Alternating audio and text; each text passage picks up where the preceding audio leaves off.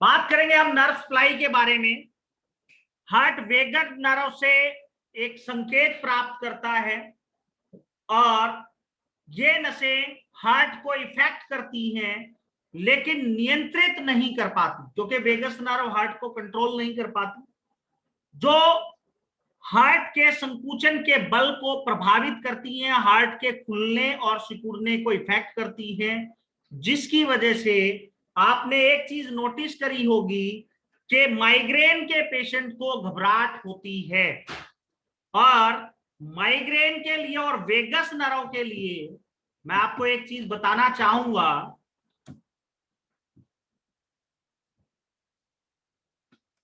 ये स्क्रीन पे ही लिख रहा हूं मैं।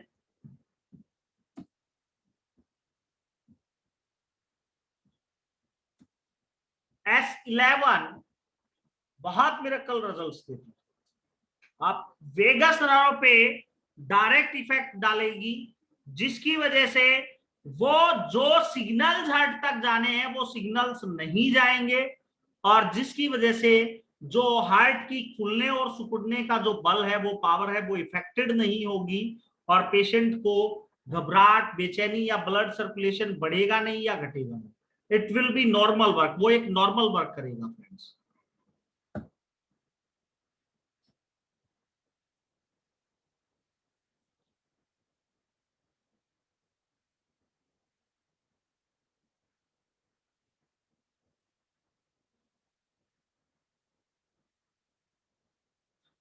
एक सिंपैथेटिक कार्डियक नर्व है जो heart rate and force of contraction को इफेक्ट करती है।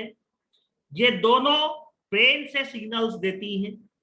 सिंपैथेटिक कार्डियक नर्व भी और वेगस नर्व भी, जो parasympathetic decrease the heart rate, जो हार्ट रेट को डिक्रीज करने का काम करता है।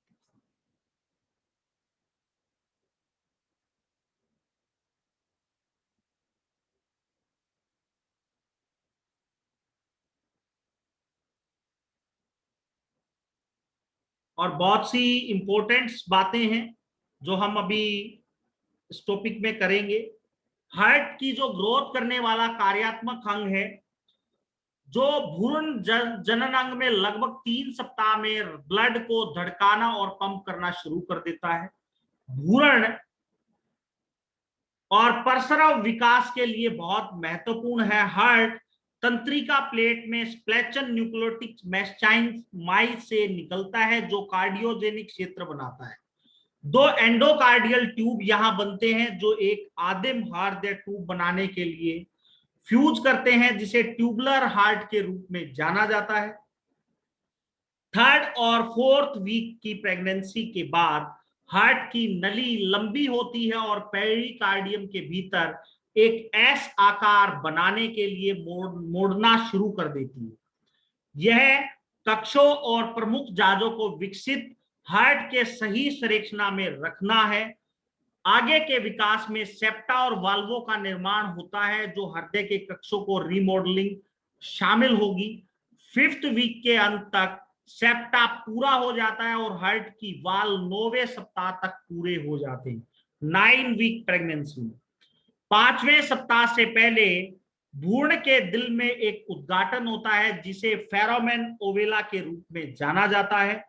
फेरोमेन ओवेला ने भ्रूण के हृदय में रक्त को सीधे दाएं आलिंद से बाएं आलिंद में जाने दिया जाता है, जिससे ब्लड फेफड़ों को बाईपास कर सके।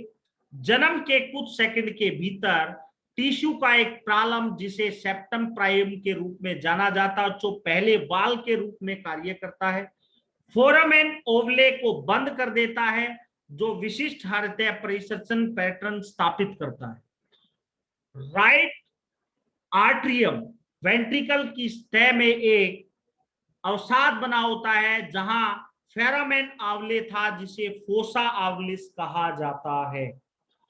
गर्भाधान के लगभग 22 दिन के बाद भ्रूण का दिल धड़कना शुरू होता है। जब वो कंसीव करती है एक फीमेल, तो उसके 20 डेज आफ्टर 20 डेज वो हार्ट धड़कना शुरू कर देता है, जिससे मां के दर से धड़कना शुरू कर देता है, जो लगभग 75 to 80 बीट प्रति मिनट, बीपीएम 75 to 80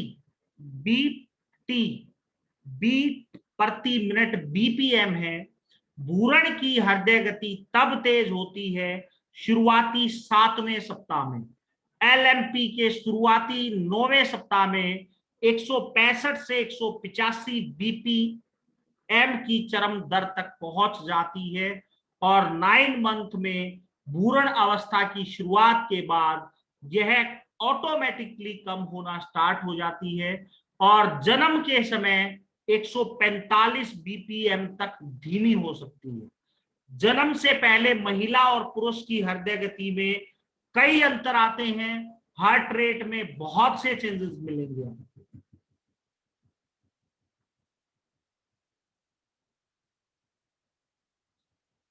ये आपको स्क्रीन पे देख पा रहे होंगे कि 18 दिन में ये हेड बनता है, कार्डियक एरिया बनता है, प्राइमेटिव ब्लड वेसल्स बनते हैं, फिर ब्लड फ्लो होता है, एंडोकार्डियल ट्यूब बनते हैं 2, फिर इसका फ्यूजन होता है, हार्ट ट्यूब बनती है, फिर उसके बाद 22वें दिन में प्राइमेटिव आर्टियम बनता है, प्राइमेटिव वेंट्रिकल बनता है, बुब्स कॉर्ड्स बनते हैं, टर्नस आर्टिकोसिस बनता है। उसके बाद 23 दिन के बाद sinus venosus ventricle atriums, bulbus cordis, ट्यूबर्स आर्ट्रियोसिस। 24वें दिन वेंट्रिकल आर्ट्रियम सेंस और वेंसोसिस।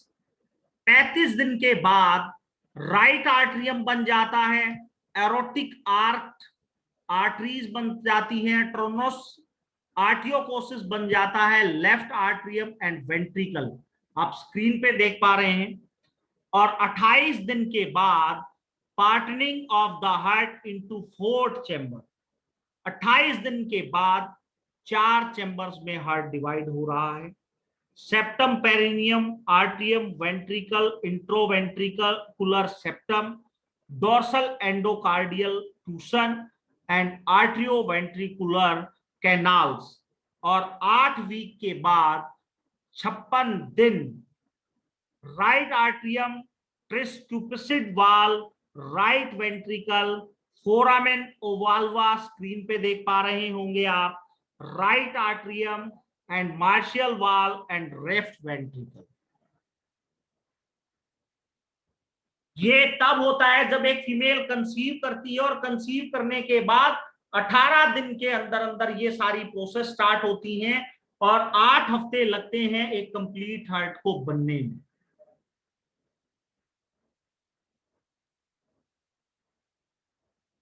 हृदय, हमारा हार्ट पूरे शरीर में ब्लड को निर्मित सर्कुलेशन देता है, एक पंप की तरह कार्य करता है जो फेफड़ों से और फेफड़ों के परिसंचरण होता है। फेफड़े के परिसंचरण से रक्त ब्लड शोषण की प्रक्रिया को पूरा करता है, यानी कि पहले हार्ट से ब्लड आर्टरी में जाएगा, आर्टरी से कैपिलरी में, कैपिलरी से वेन्स में, वेन से फिर लंग्स में, लंग्स में वो डीऑक्सीजनेटेड ब्लड ऑक्सीजनेटेड होगा, वापस हार्ट में जाएगा। ये पूरा प्रोसेस आपको पहले भी बता चुके हैं हम।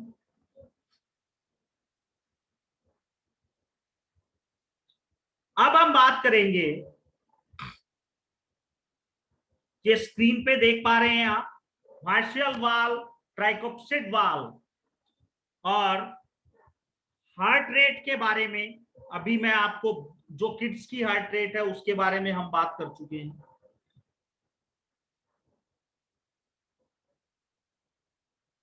एक नॉर्मल हार्ट रेट 60 से 100 बीपीएम तक होती है। नवजात शिशु को आराम करने की हार्ट रेट 129 129 बीपीएम हो सकती है और एक एथलीट की हार्ट रेट 60 बीपीएम से कम हो सकती है और ड्यूरिंग द प्रैक्टिस 150 बीपीएम हो सकती है और अधिक 200 से 200 बीपीएम तक पहुंच सकती है। अब बात करेंगे फ्रेंड्स हम हार्ट डिजीज के बारे में। उससे पहले मैं आपको हार्ट की कुछ मेडिसिन्स बताना चाहूंगा। इलेक्ट्रो होम्योपैथी में ईएच मेडिसिन्स, इलेक्ट्रो होम्योपैथी में हार्ट मेडिसिन्स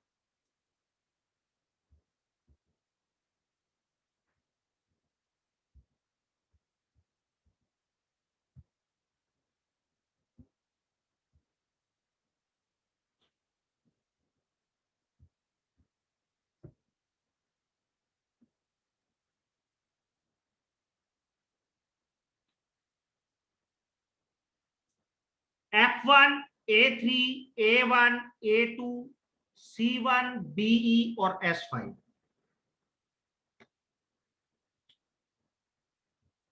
ये 7 मेडिसिन्स इलेक्ट्रो होम्योपैथी में हार्ट डिजीज के लिए आप यूज करेंगे, लेकिन अकॉर्डिंग टू कंडीशंस, अगर अदर कॉम्बिनेशन या अदर मेडिसिन्स को आप इसके साथ जोड़ना पड़ेगा तो उनको आप इसके साथ कनेक्ट करेंगे, ऐड करेंगे और फिर ट्रीटमेंट भी कर सकते हैं।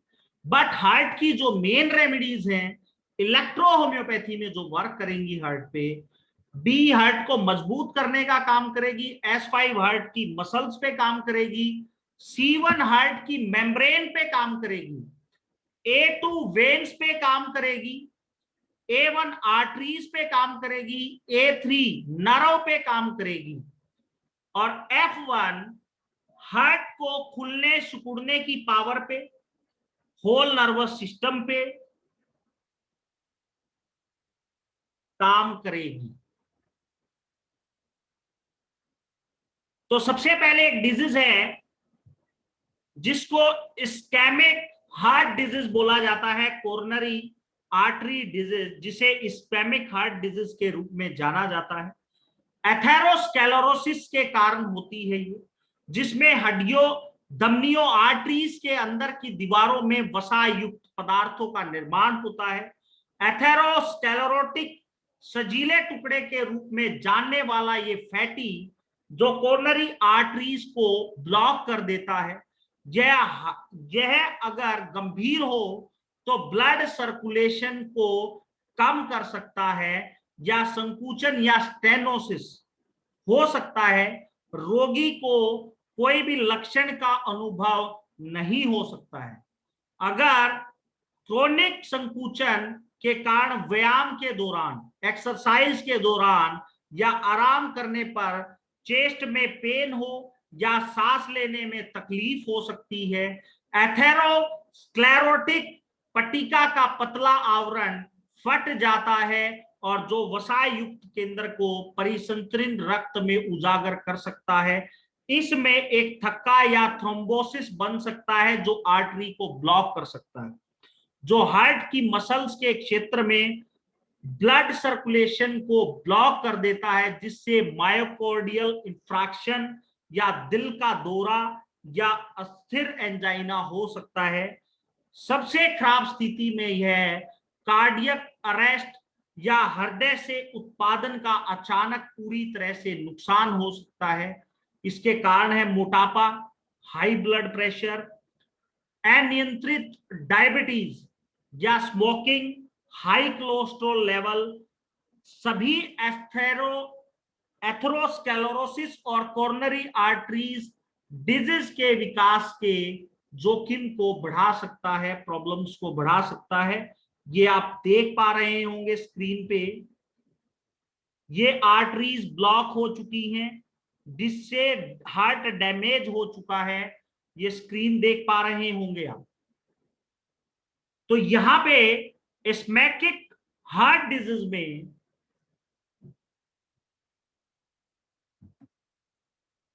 ट्रीटमेंट क्या देंगे आप?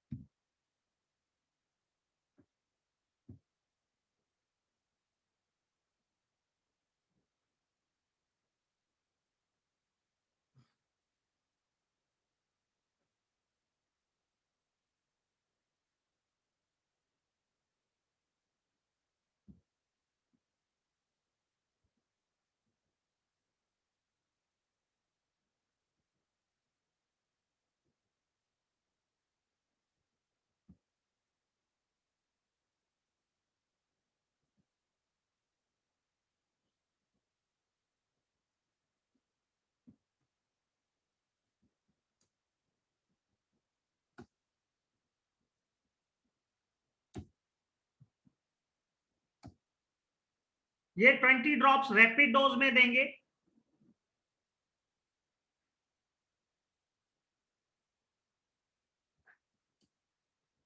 A3, S5 और BE इसका चेस्ट पर कंप्रेस करेंगे।